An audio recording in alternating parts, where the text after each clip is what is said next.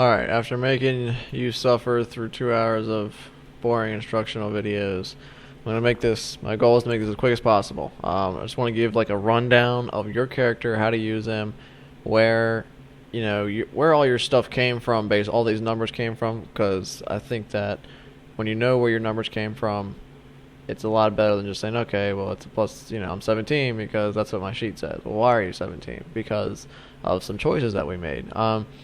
So basically, let's start with the rogue. So the wood elf. So the wood elf is what gave you, it gave you, your dark vision, which allows you to see in dim light within 60 feet of you as if it were bright light, and you can see in darkness as if it were dim light. Keen senses, it gave you proficiency in the perception skill, so that's where perception came from. That's why you have a proficiency in that. Your Fey ancestry, you have advantage on saving throws against being charmed, and magic can't put you to sleep. So just keep that in mind. Whenever the party's put to sleep by some magic, you can just be like, oh, nope, I got Fey ancestry. And whenever you're trying to be charmed, just say, oh, I have advantage on this saving throw. And basically, if let's say the saving throw was charisma. Let's say it was charisma, right? Like if I said, hey Mike, this succubus is trying to charm you, so you got to make a charisma saving throw. So hopefully I'd remember, but if I don't, then hopefully you will, and you'd be okay. Well, I have Fey ancestry, so I have advantage on against being charmed. So there's no ability that I have that gives you that. So basically, what you would do is you would just say. You would just basically you would click this button right here. It says advantage, and then you would just roll your charisma. You would take this and drag it to the window, or double click it.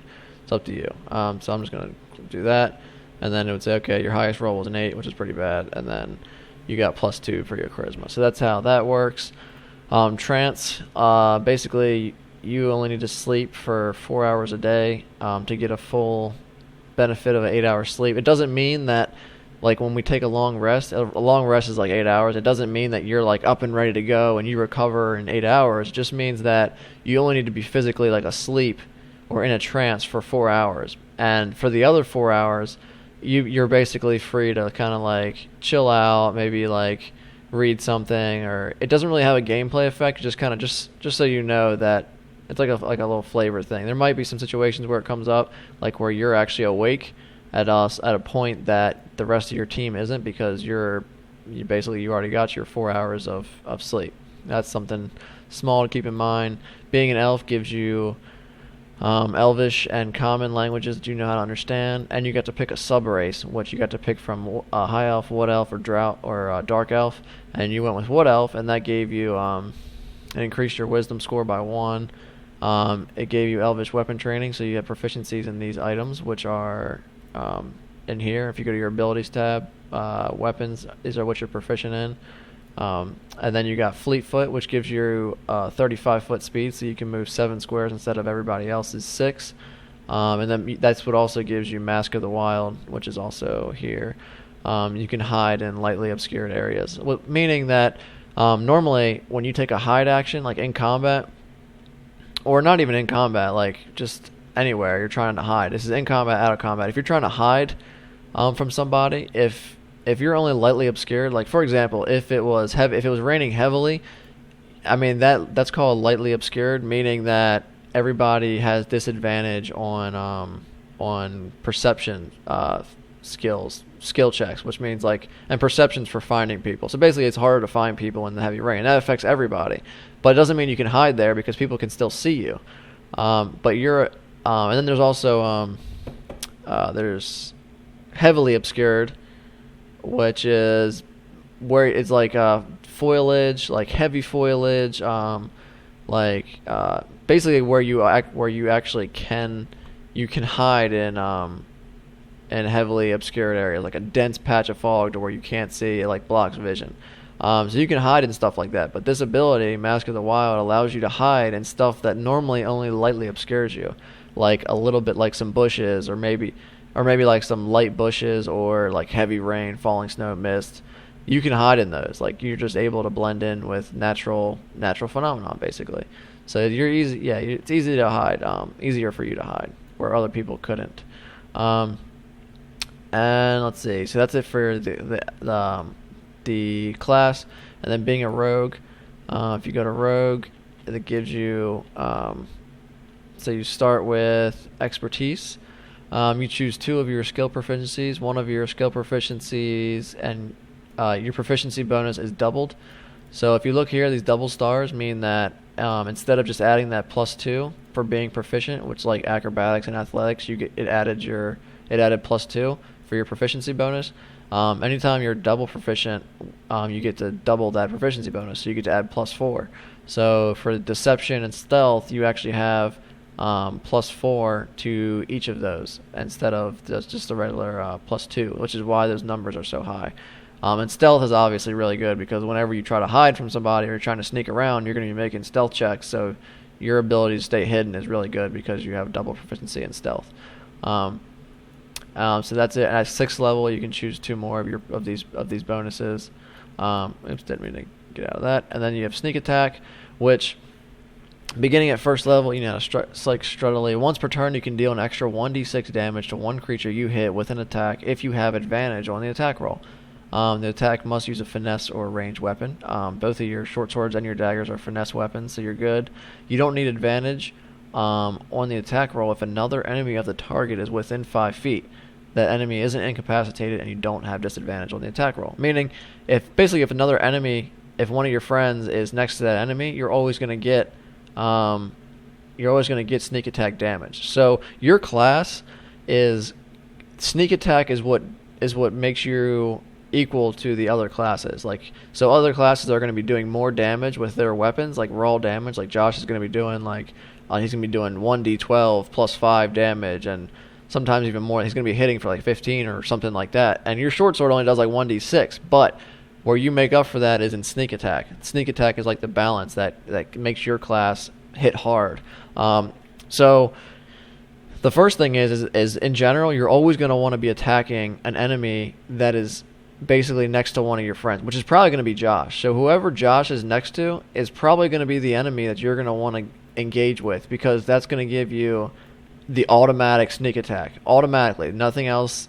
Nothing. You don't have to hide or anything. You just, because this enemy is distracted by Josh, you're able to more easily hit his weak points and add that damage. So that's going to be your go-to. Always engage somebody that's next to somebody else. It could also be if somebody's attacking Dustin, you can go over and help Dustin and get get sneak attack on this guy because he's distracted fighting this guy. Now, if there's no enemy, you have to work for it a little bit, and it's not always going to work easily. So you get to do it also if you have advantage on the attack roll. And to get advantage, which is basically rolling 2 dice, the enemy has to be. You can be hidden, like let's say for example, you can take the hide action. If you're hidden from your enemy and you make your attack, you get advantage on that roll, and then you're no longer hidden. Whenever you attack an enemy and you're hidden, you're no longer hidden after you make the attack. So even if you're like in the woods with and you're throwing daggers at somebody and you're like hidden in some woods and you throw a dagger at let's say this guy, and he doesn't see you, but as soon as you make that attack, now he sees you. He saw where the dagger came from. He saw you make the attack. Now he knows where you are. So you're gonna have to work on your next turn. Maybe you have to go deeper into the bushes and then use hide again, and that will allow you to basically he'll lose you again. Okay, I know he's in these woods, but he doesn't know exactly where you are because now you're hidden. So then you can come and you can throw another dagger and have advantage and get your sneak attack. Now, if for example, this enemy, if you're let's say these are woods where this dark patch is. If this enemy he doesn't see where you are. Let me untarget him. If this enemy doesn't see where you are, like you're in these woods, you can't just walk out. Like say, okay, well he doesn't know where I am. I'm just gonna walk out and I'm gonna hit him and I'm gonna get my sneak attack because I was hidden and now I have advantage. That's not how it works. The book says that.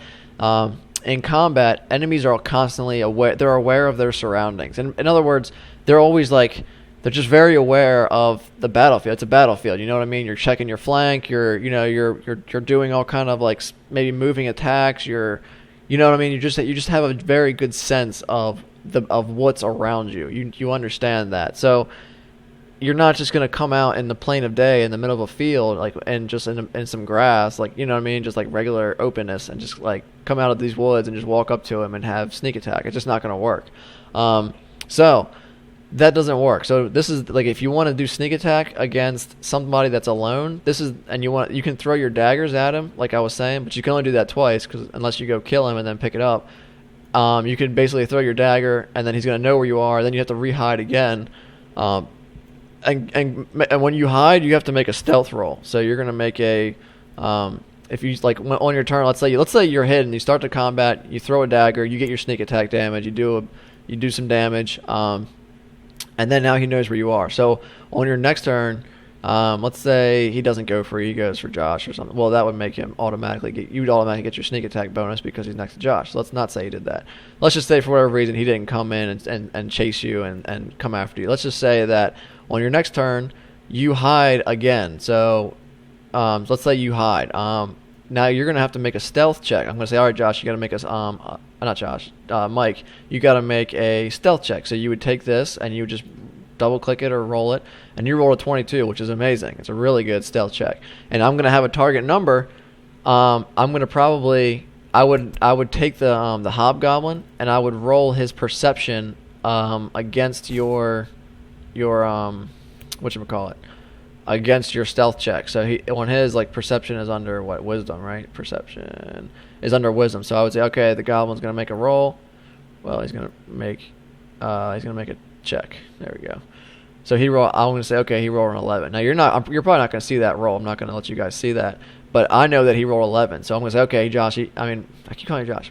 Mike. I'm like, okay, Mike. He didn't see you, so you're good. You're hidden again. And if you ever came in distance with these guys, I would also have them roll.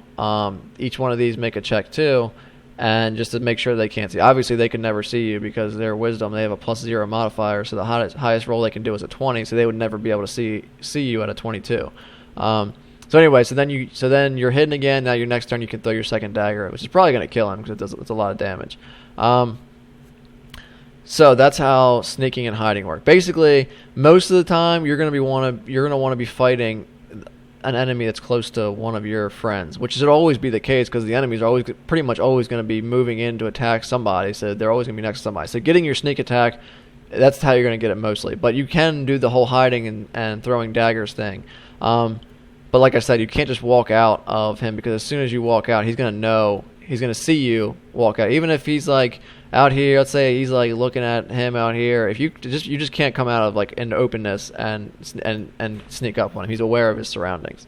Now you can also gain advantage. Like, remember, this says advantage. So hiding is just one way you get an advantage, because when you attack from hiding, you get advantage. But you can also get advantage other ways. Like if he gets stunned or if he's put to sleep or something, then that also will give you advantage. If he's if somehow I'll just say, maybe if you get crafty, maybe if you say, Josh is out here, so you don't get the sneak attack. I say, okay. You say, okay, well, let's say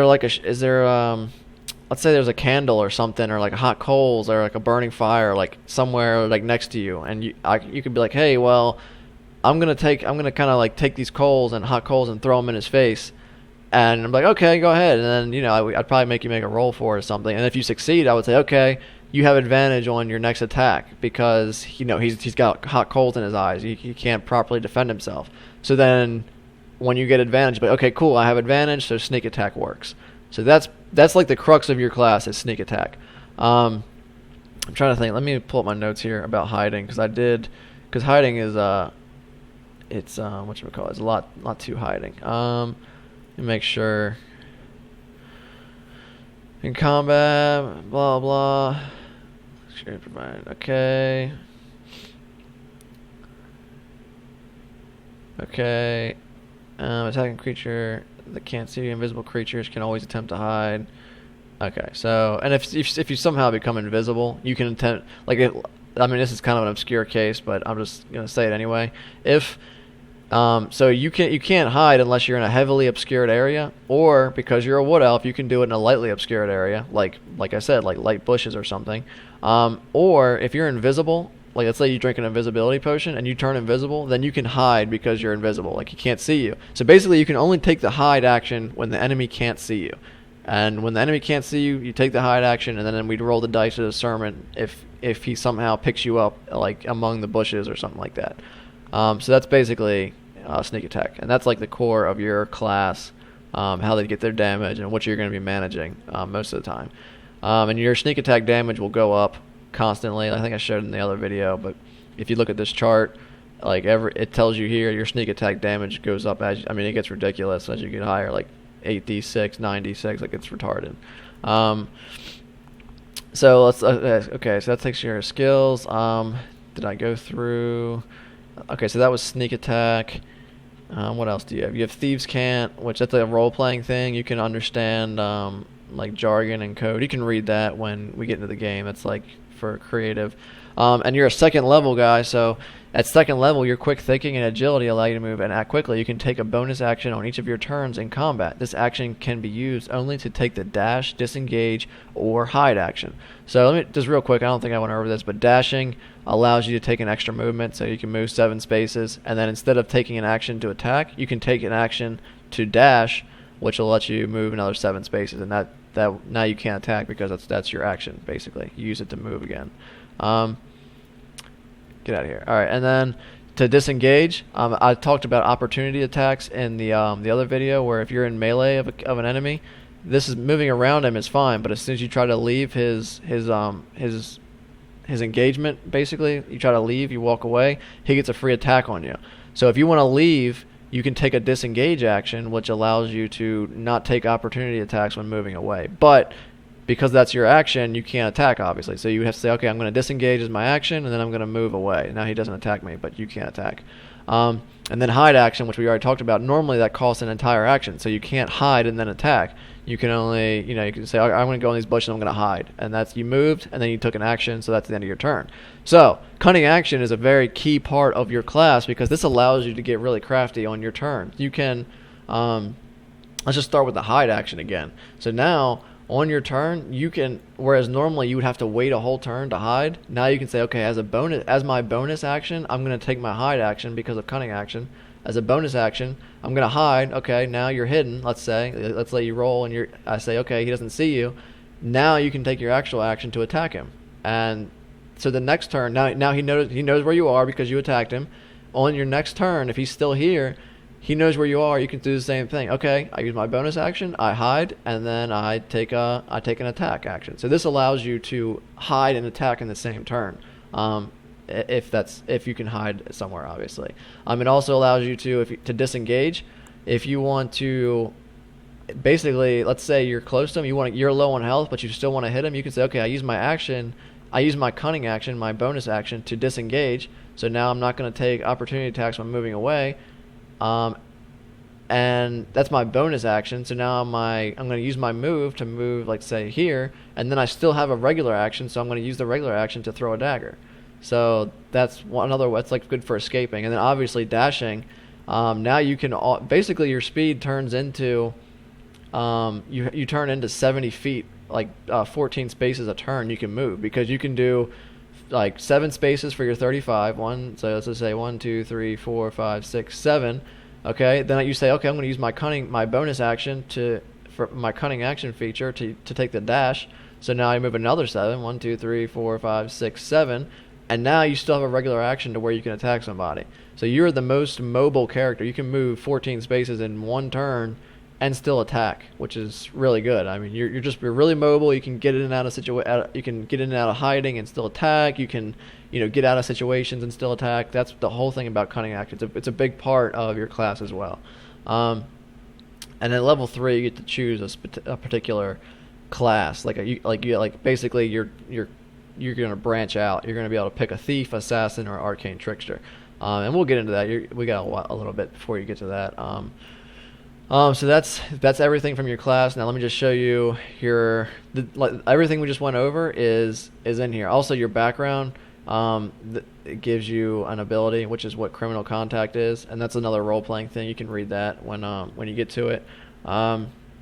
This is basically everything we just went over is is in here. So if you ever want to see what it does, instead of going to that page and looking, you can just click this. You can click this link and it'll tell you exactly what it does. And I've also, I think I said it in the other video, you can delete or change this if you want. These are just notes that I put basically, so you don't have to open this thing up every time. You can, like I said, change them, edit them, delete them, add more. It doesn't matter. It's up to you.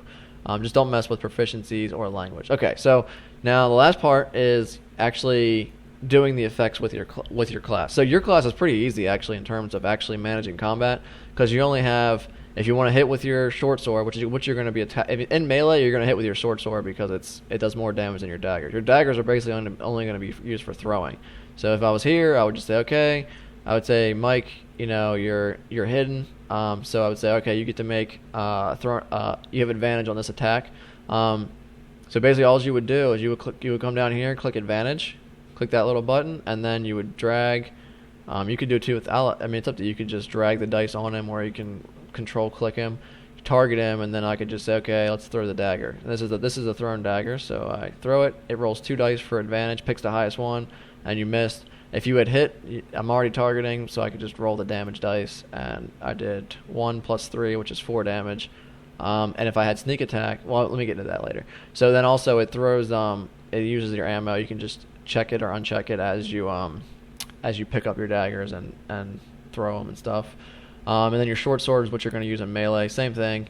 If you have advantage, you just click advantage, which you probably will if Josh or Dustin is next to the enemy. Same thing. You're going to probably be clicking this button a lot. So you hit advantage, short sword. You can drag it on top of him. Makes the attack. Your highest was 18 plus 5. You definitely hit, and then you just drag the damage on top of him.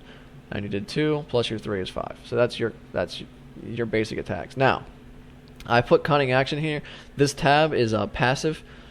Basically, it just shows you like this group is all passive abilities. All your abilities are passive. You don't have like a powerful attack or something. Everything you do is just kind of like it's all built into your character. He's just naturally fast and stealthy, and it's all based right here. So you can click cunning action. It does the same thing. It says the same thing as it does here. It's just I put it here because that way you remember in combat. These abilities could apply in combat.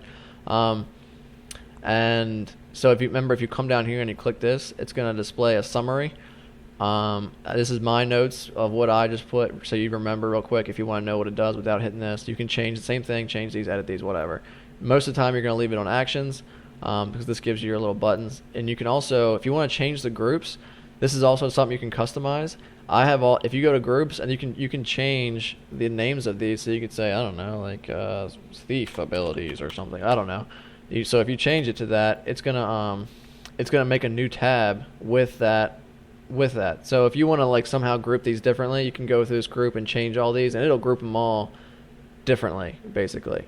But I don't think you have to do that. I think the way it is good, because basically these are all passive abilities. So they don't really. I mean, yeah. If you had like, other abilities, it would be another tab with active abilities or something. So you have cunning action, Fey ancestry. Remember, this gives you advantage against charmed, and you can't be put to sleep by magic. Mask of the Wild reminds you that you can hide in lightly obscured areas. And then sneak attack is here too. Now the only thing I want to go over with sneak attack, remember, you're going to be under actions. Now this little button means that sneak attack has an effect. And if you click this magnifying glass, this tells you what the effect is. It's just kind of, you don't have to worry about this. You don't really have to click this at all. What this basically means is that when you click this button, it's going to put an effect on your character. It's going to put a sneak attack effect on your character. So let's say, okay, you got the advantage, right? So I'm going to say, okay, Josh, not Josh. God damn it. Mike, you're hidden. Let's say you're here. Let's say you're making a melee attack. So you get advantage on the attack because they're within, because Josh is next to you.